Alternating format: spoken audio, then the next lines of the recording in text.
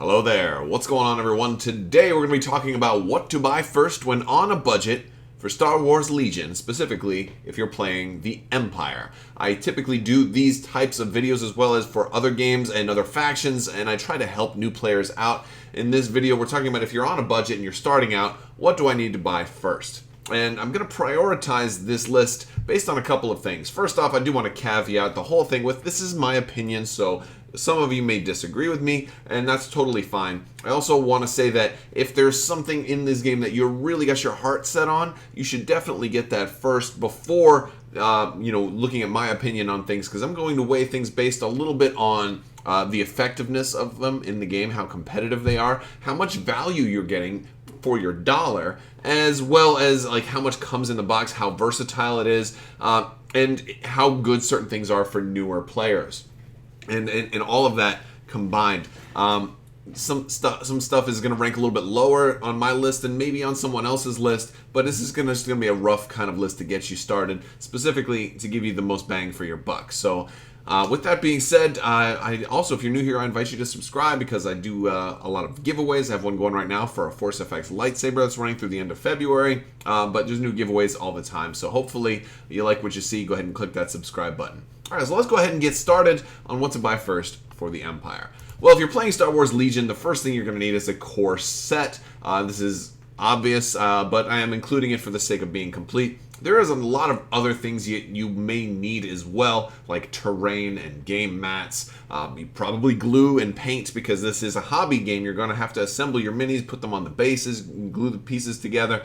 You're going to need all of that stuff, but I'm really talking about expansions and game contents to buy first. The core set in this game is a tremendous value. It's going to come with Darth Vader, 2 Stormtroopers, a speeder bike. It's going to be it's a great overall value. It also has everything else you need to play the game. It has barricades, it has dice, it has your range tools, your movement tools, all of the things that you need to play Star Wars Legion, as well as the unit cards to support those, as well as upgrades as well. The other thing is, though, Legion is going to also come with the Rebel stuff. So if you get your core set, you're also going to have a whole bunch of Rebel stuff. If you're on a budget, one of the things you can do is if you find someone else that you're starting out the game with, especially if they want to play Rebels and you're playing Empire, you can go ahead and say, hey, let's each buy a core set. I'll give you all the Rebel stuff. You give me all your Imperial stuff, and then we'll each have 2 core sets worth. That is definitely the best way to get started to play an 800-point game. This is a points-based game, so you're going to build an army that's set to a certain number of points. This way, you and your opponent both have an 800-point list or army. That being said, 2 core sets is enough to get you there. So if you can't find somebody else, it's still a good value to go ahead and buy a whole separate core set, because the cost of everything that you get in there, you're actually saving a lot of money when you get a core set. And a lot of times you can find these on sale. I am kind of looking at the MSRP price, though. This is a $100 MSRP box, but a lot of times you can find it cheaper than that. But even buying a second core set is great because, for one, you're getting more Stormtroopers. You'll actually have 4 units of Stormtroopers now. If you're running this, you'll have 2 groups of speeder bikes and a second Darth Vader. You won't really need the second Darth Vader. You can't do much with that. But if you want to practice your painting skills, you can do that. But the other things you're going to get extra movement templates. You're going to get extra barricades, especially if you're starting out. The extra barricades are actually kind of nice because you can use those for terrain. And you can do different things with them. You can even stand them up if you want to have them looking weird. You can glue some together and come up with your own stuff. But extra dice, too. That's one of the actual pitfalls of the core set. As great as it is and what a great value it is, my biggest complaint in the core set is that it doesn't come with enough dice to even roll dice for the units in the core set. Personally, most people will want to have at least 2 dice packs, and buying a second core set will also get you that. Now, a dice pack is cheap, I'm not going to lie there, but a core set is just coming with so much stuff, and if you add out and you list out the price of buying everything in there individually, you're going to save a lot of money on the core set. So definitely think it's a great value to buy a second core set, but you can save more money if you trade all of your unwanted stuff for somebody else's unwanted stuff. All right. That being said, let's move on to the expansions. The first expansion I'm going to suggest you getting is the Scout Troopers unit expansion. This is the first Special Forces unit for the Empire, and this first one that released, it's just a tremendous value. First off, they're very iconic, so it's going to look great on your tabletop. You've got these biker scouts off the bikes. You had some of these in the core set on those 74Z speeder bikes, But now you get them on foot, so it's great for your Endor-themed battle. But these are special forces, and what makes this pack such a great value is you're actually getting 2 units in here. You're getting a sniper configuration that you can run, and you're also getting a saboteur configuration. Now you can also run this unit without either of those specialists and just run them as a basic scout trooper unit, which is still very good. But the cool thing is you're getting 2 unit cards. You can run a full unit and a strike team, and it comes with enough miniatures to run both at the same time. Most expansions, you're just getting 1 unit in the expansion. But this one actually gives you enough to run 2 units simultaneously, and so that is a really good value, and that puts this right up to the top of the list. Next up, the Imperial Specialist Personnel expansion. This one is a complicated one. This one actually came out kind of new. You're only getting 4 minis in here. Now, granted, I do weigh the amount of plastic you're getting in the box because that has a lot to do with the value. But as far as gameplay, this gives you a lot of value because this is giving you 4 individual trooper minis. And what they do is they can go into all your different Stormtroopers and act as an extra personnel upgrade. So you have, if you want to have a medical droid with them or a little astromech droid in them to repair vehicles, you can do that. Or you can have an Imperial officer on there that becomes that unit's leader and also increases their courage value. And you have all different ways that you can buff out your Stormtrooper units. If you've taken my advice already and you have your 2 core sets or so, or maybe even more, I got a 3rd core set, personally.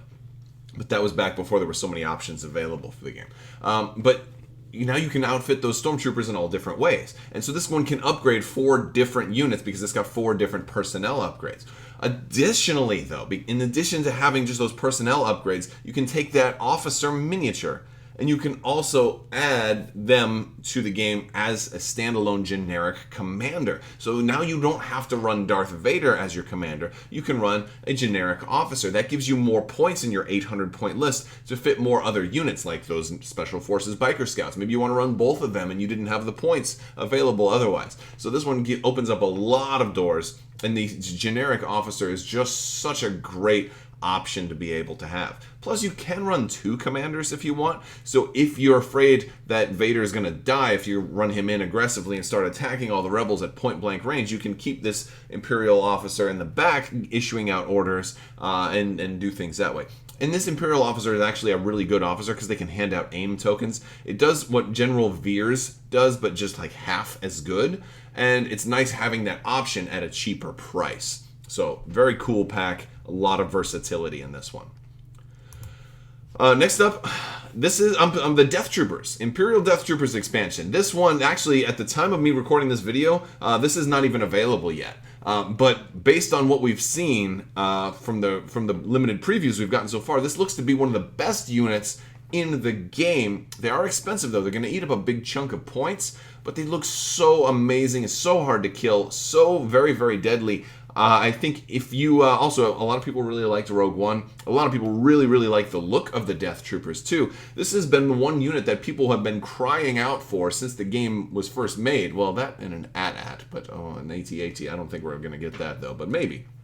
But the Death Trooper is just a really, really great looking unit. It is another Special Forces unit, so that's why I put it a little bit lower, because I think the Scout Troopers, kind of take the king of Special Forces as far as the value. But this one is probably one of the most effective units in the whole game. They just look so very, very, very deadly. They have multiple weapons, and so they also can be good for a new player too, because they are so versatile. You can shoot at all different ranges with these guys. You have a lot of different configuration options. They just look really, really devastating. And sometimes with a new player, it's fun to have really, really powerful units. So the Imperial Death Troopers is up here. Next up, Boba Fett. Boba Fett is, of course, super iconic, so, who wouldn't want Boba Fett on their tabletop? Boba Fett's the first operative that you'll see, and he is really, really effective. And he's not, he plays a little differently. He's very objective-based. He's also speed 3, so very fast, very fun to skate across the battlefield and just take objectives like it's nobody's business. He can put bounties on enemy commanders and try to kill them and get you extra victory points. Very effective unit. Very fun to paint. He has this little jetpack he's flying, so it's cool to assemble as well. Overall, really cool, but just the stuff you can do with him, he's very, very fun to have on your tabletop. He's cheap because The individual packs like this are only like $12.95 MSRP, so they're real cheap. And he's just, he adds something new. And because he's an operative, he's not taking up your commander slot or one of your 2 commander slots. You can have 2 operatives in a list, but they take up a lot of points. And that can also be a good thing for somebody to chew up a lot of your points. If you don't have that much stuff and you're struggling to fill out 800 points, then he can easily chew up a big chunk of that. Next up is Snowtroopers. Snowtroopers are a really, really, really good core unit. The only reason I put them down a little bit low is because you probably already have a couple of Stormtroopers. You probably don't need another core unit quite so badly. But when you get to that point where you're thinking about picking up another core unit, these are an absolute must-buy. They're so very, very good. They're slow, but they get a free shot after they move, which actually gives them the potential to move and shoot. And they can actually be a little bit faster than regular Stormtroopers in that regard if you're just moving and shooting. Really, really nice unit. They have really cool heavy weapons upgrades. They have a flamethrower. I am a big fan of the Hoth-themed stuff. So, like, all of my terrain is Hoth and wintry. So these guys were a natural for me. I had a natural bias towards these guys. If you did not buy 2 core sets and you only have 1 core set, then this one probably becomes a much higher priority than maybe like the 5th or 6th thing you buy, because you do need 3 core units. So the core set only comes with 2 Stormtroopers. So if you only have 2 Stormtroopers, you're going to need at least 1 more core unit, and these guys are a core unit. So if you did not get 2 core sets, you'll probably want to get one of these right away. Snowtroopers, super good. I actually have 4 of them. It's one of my favorite units in the whole game. I absolutely love the Snowtroopers. Now everything I've talked about up to this point is like the top priority. Everything that I'm going to mention after this things are still good, but they're just lower priority, less super important, less of a sense of urgency with everything from this point forward. And you might disagree on this one, but I'm putting Veers a little bit lower here. He's still a good commander, but I'm putting him a little bit lower for this one reason. Well, let me talk about Veers first, and I'll tell you why he's lower. General Veers is a great commander to have. He has a respectable weaponry, he's got respectable survivability, and he's got some interesting command cards that are going to do different things, because he was the first commander that the Empire got after Darth Vader. And so he plays very differently than Darth Vader. He is actually more of a supporting commander, handing out aim tokens and giving benefits to vehicles on the board, and doing different things like that. And also being a lot cheaper than Darth Vader, opening up more points for your list. The reason I put General Veers a little bit lower now than I did in my initial what to buy first is because we have the Imperial Specialist Personnel expansion, so you can get the generic officer. And the generic Imperial officer kind of does the same thing that General Veers does. Instead of giving out 2 aim tokens, he gives out 1 aim token, and Veers gives out 2. So Veers is better, but Veers is also a little bit more expensive. So one of the benefits of taking Veers is that he was cheaper than Vader. Well, now there's another guy that's even cheaper than Veers that still kind of does what Veers does. So, for a new player, when you're on a budget, you don't really need to buy 2 commanders that kind of do the same thing. So that's why I put Veers down a little bit. There are a lot of you who are big fans of General Veers, and if this is like one of your favorite guys, then absolutely get him right away. And that goes for any of this stuff. If there's something I say in here, you're like, oh, but I really wanted to get that. Are you saying it's bad? Well, nothing in here is bad. I'm saying nothing is bad. So definitely get whatever you want right away. Especially with Legion, because this game isn't all about being competitive. Most of the time I'm playing Legion just for fun. So you can totally have a great time playing this game just for fun. It's not a super ultra competitive game. I mean, there is a tournament scene for it, absolutely. But, I do rank competitiveness with some of this stuff, and I feel like some people are going to disagree with where I placed Veers. He is still useful, but his command cards, the things that really distinguish him from the generic trooper or the generic commander, his command cards are cool, but they kind of steer themselves a little bit more towards vehicles and vehicle support. And while not strictly, but they kind of do. His 2-pip, definitely. But his command cards, while they work really well with vehicle-based lists or against vehicle-based lists, vehicle-based lists aren't that much of a thing right now. The game is largely infantry-based. There are vehicles. A lot of people have kind of come to the conclusion that, hey, you know what, vehicles don't really do as good as I need them to do, because most of the objectives in Star Wars Legion favor troop-heavy lists. And so people tend to run more troop-heavy lists. And so General Veers is not really shining as brightly as he could if the majority of people ran more vehicles. So that's why I put him a little bit lower right now. Now, maybe someday we start getting more and more vehicles and more objectives that favor vehicles, then General Veers may start rising up the list. Next up, Imperial Royal Guards.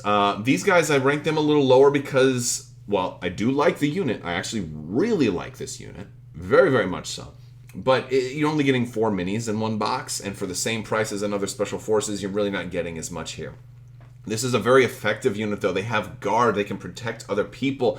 They came out at the same time as Emperor Palpatine. They work well with him.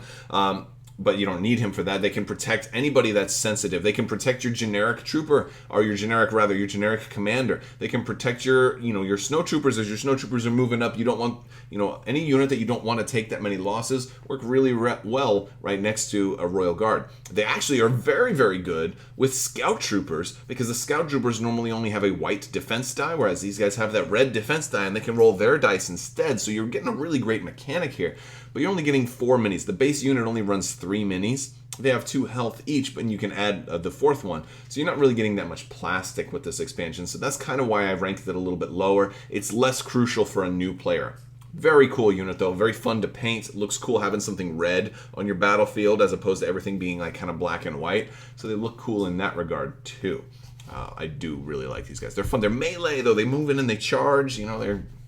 But they also blast. They also have a sidearm too. They have decent, but they're a close range unit. Next up, Director Critic. I'm also pointing out that Director Critic is not out yet at the time of me making this, but he looks really great. Very, very well-rounded looking commander. Different than Veers but more expensive too. So more expensive. Definitely more well-rounded. I think he will be a great commander to run for general purpose lists that don't have any one specific, like, I don't want to be too melee heavy, I don't want to be too vehicle heavy, I don't want to be too sniper heavy. I think he's going to work very, very well with a multitude of list types. And I think him himself has some really cool abilities. Specifically, his ability to win ties with command cards through his cunning keyword, I think is really going to have a big impact in the game. But that may be a slightly more advanced concept. And also, we haven't seen, at the time I'm recording this, we haven't fully spoiled all of his command cards yet. So I'm taking a little bit of a gamble on where exactly I place him. But I think he is going to be really, really cool, but maybe not the best for a brand new player with some of the new keywords that he's coming out with. I think there's better options for maybe your first or second commander. Next up, Palpatine. I love Palpatine. I am going to actually personally say that he is my favorite unit in the whole game. Why am I putting him this low? Well, for a new player, he might frustrate you. Palpatine is also the most expensive unit in the whole game. Expensive as far as game points. He's still $12.95 like all the individual commander and operative expansions.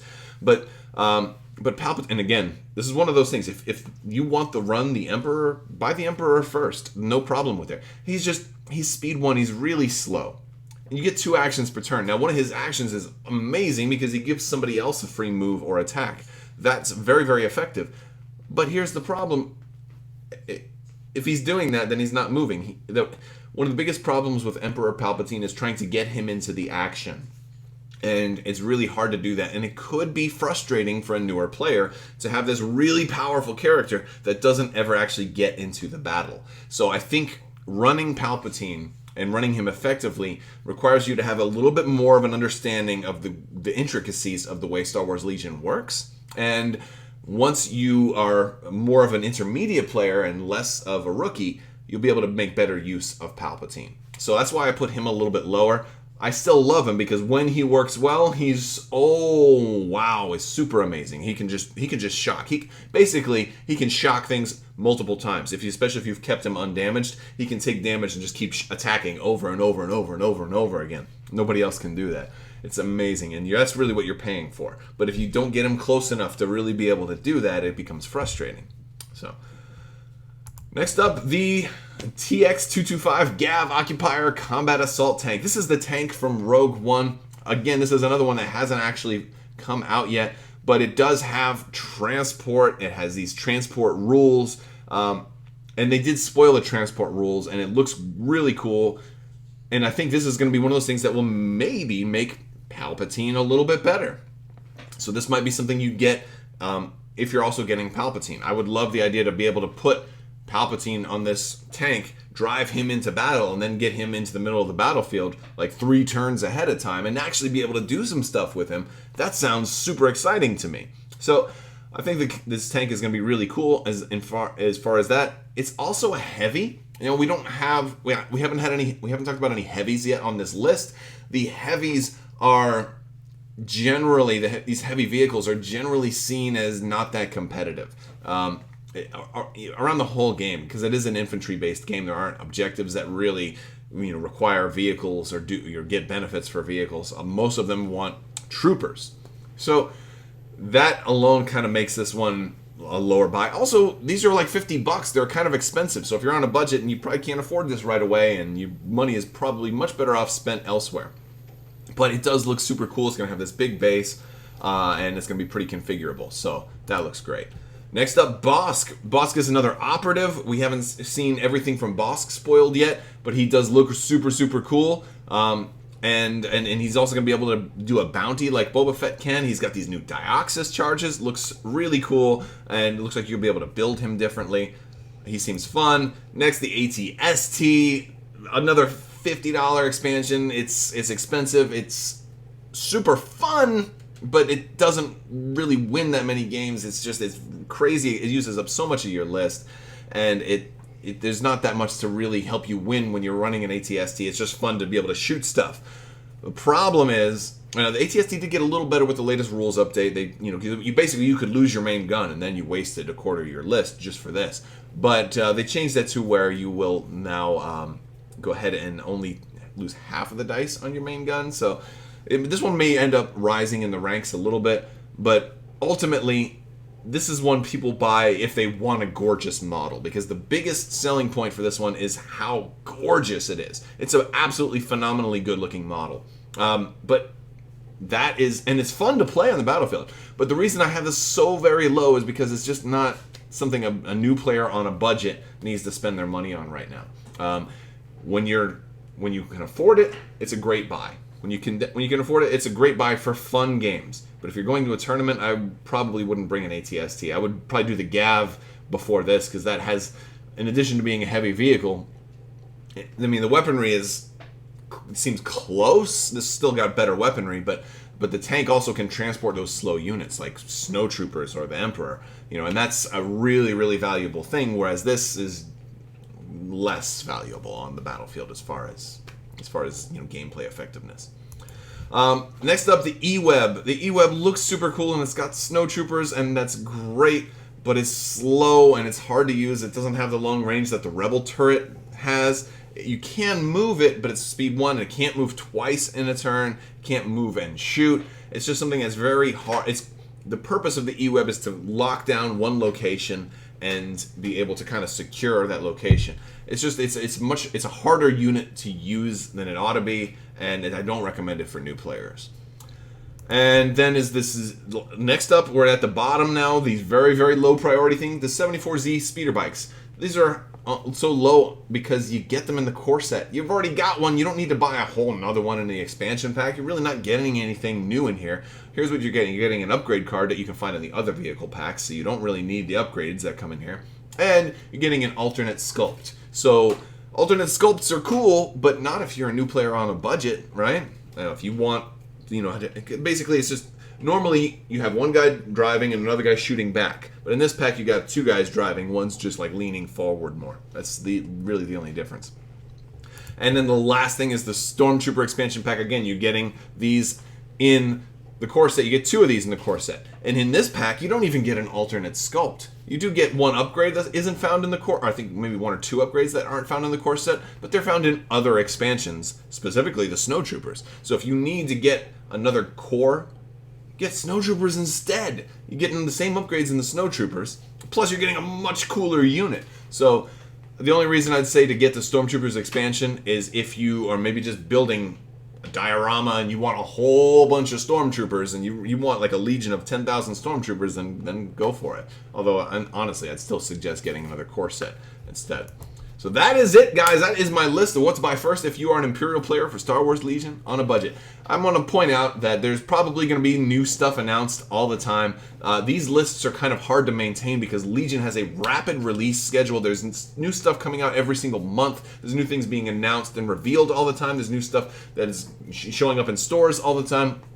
So it's hard to kind of keep up with all of this. I'm doing the best I can. If you like this video and you want to see more things like this, make sure you subscribe. Click that bell for alerts. You can check out Crabbok.com. You can hop in my Discord. You can ask questions there. We have a great community. You can hop in the Legion Discord. There's links to all of those things in my Discord as well. And check in the description below. I want to thank you all so much for watching. And as always, have a great day.